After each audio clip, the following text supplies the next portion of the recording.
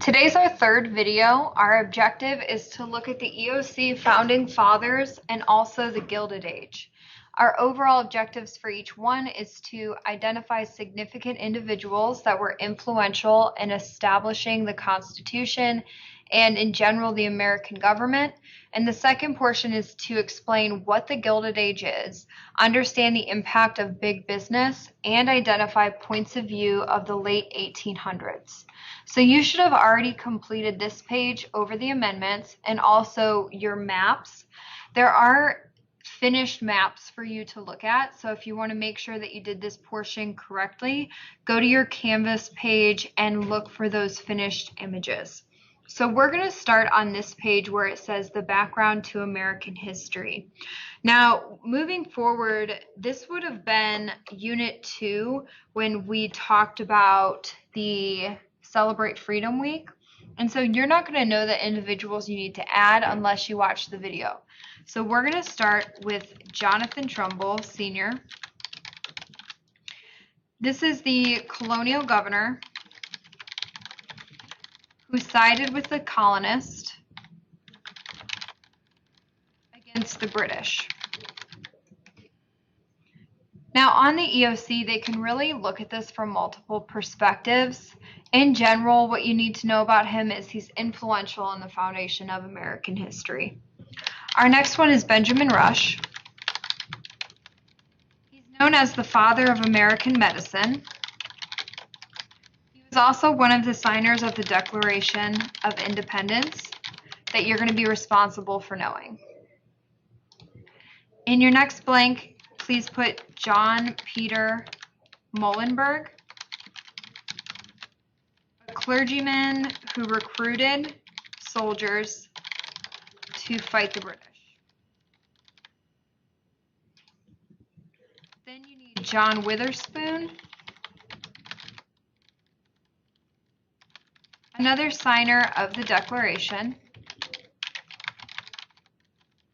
He was also president of New Jersey College.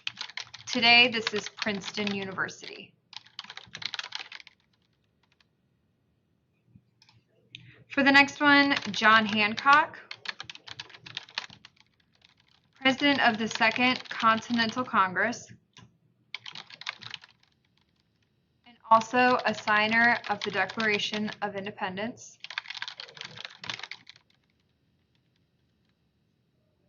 And for our last one, John Jay. He helped write the Federalist Papers, and he was the first Chief Justice of Supreme Court. Also negotiated a boundary treaty with England.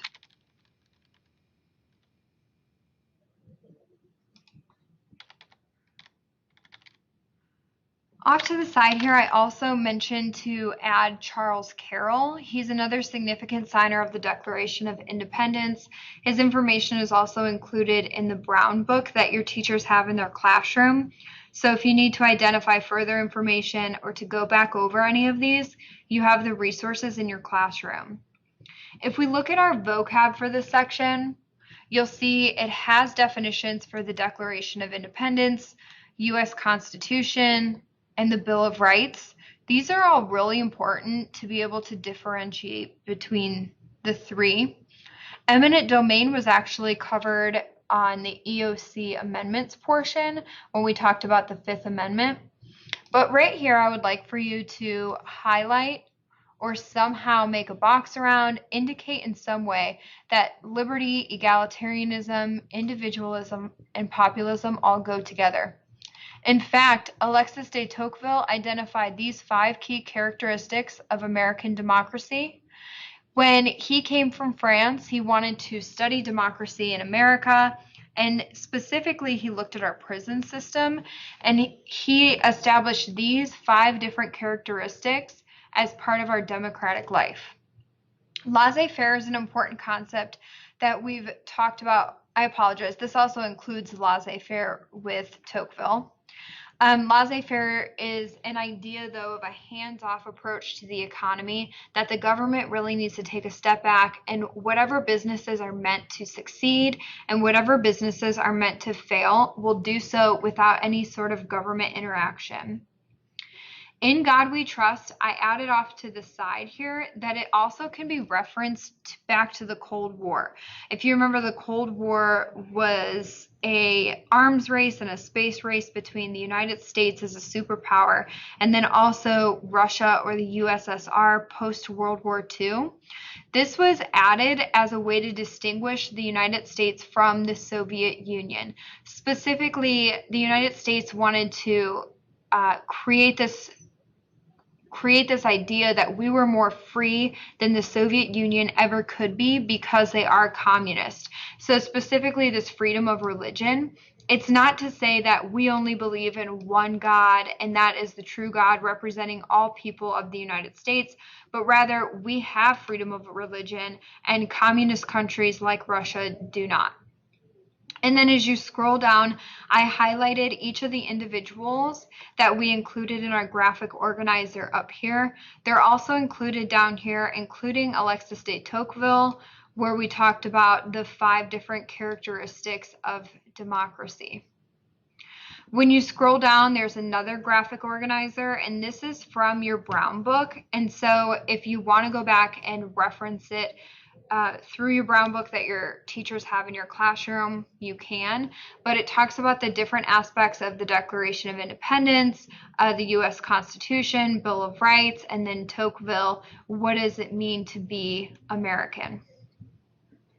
So I'm going to pause it here for a moment, and then we're going to move on to the Gilded Age. Hopefully you've taken the time to discuss with your teacher or worked on this at home to make sure that you understand all the different aspects of key individual or significant people in terms of the background of American history. We're now going to move on to the Gilded Age. So the first question that's in your review says, how did big business dominate the Gilded Age? Big business during the Gilded Age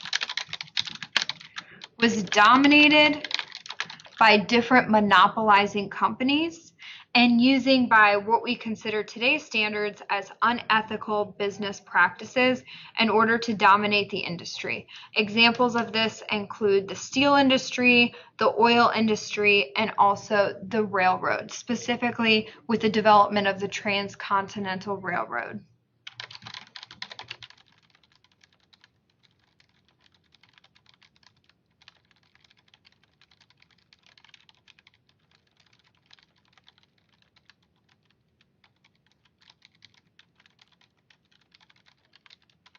In a moment here, we're going to talk about the individuals that are relevant to these big businesses. So you do need to make sure that you go back and you know what big business, monopolizer, or industrialist goes with each one of those resources. So why is it called the Gilded Age? Gilded means that it's something that looks really great or grand or golden from the outside.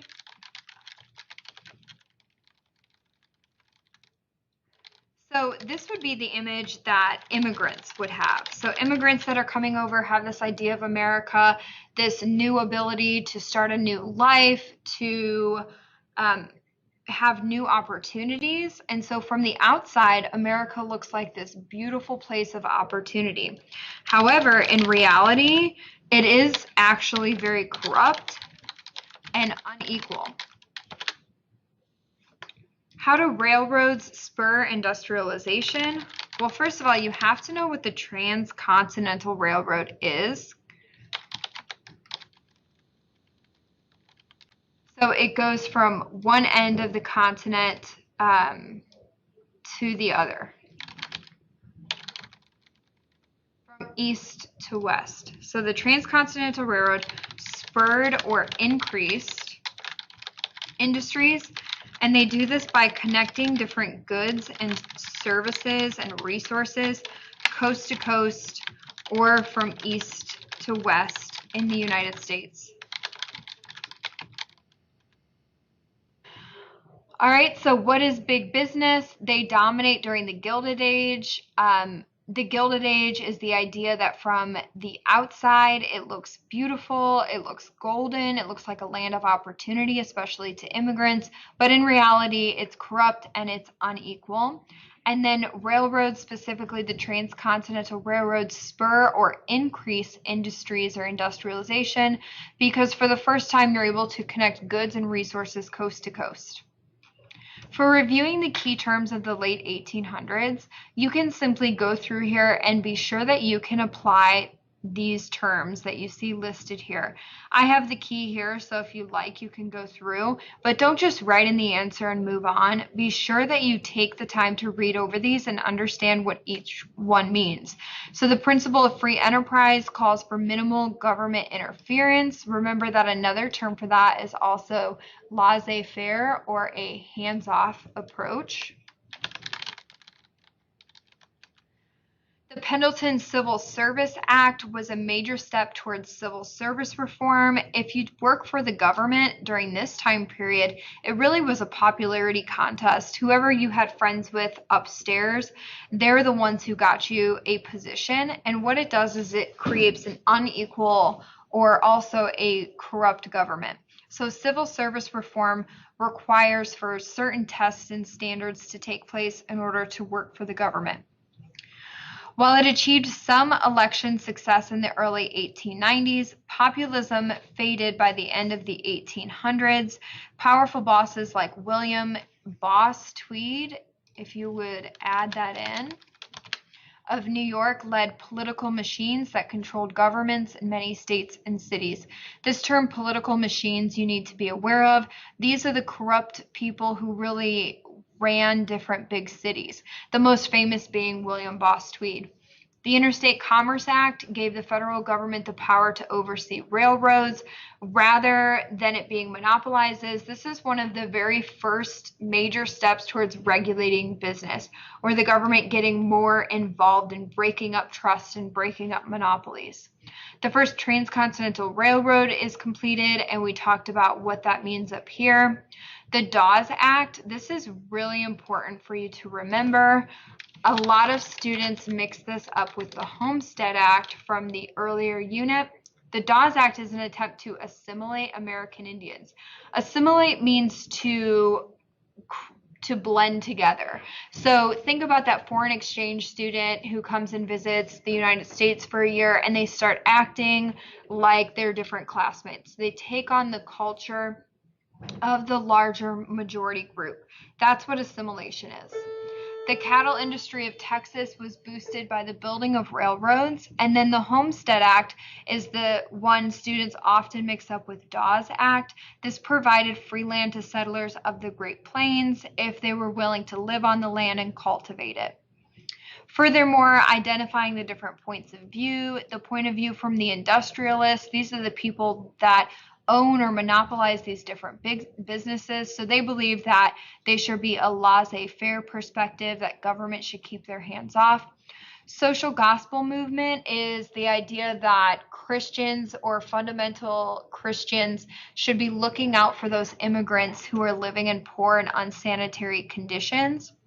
A populist is someone who did believe in the regulation of railroads because most populists were actually farmers, and they felt like they were not given a fair deal with the monopolizing of the transcontinental railroad. Andrew Carnegie was known for giving back. He was known as a philanthropist, is what it's called. So think about Carnegie Hall. Same with Rockefeller, but this is specifically about the refining market, which goes back to Rockefeller. I remember that because rocks are on the ground. That's where you get oil. He worked to refine oil. When you scroll down, you'll see the rest of the vocab if you need to review any of the big topics or the people that were discussed.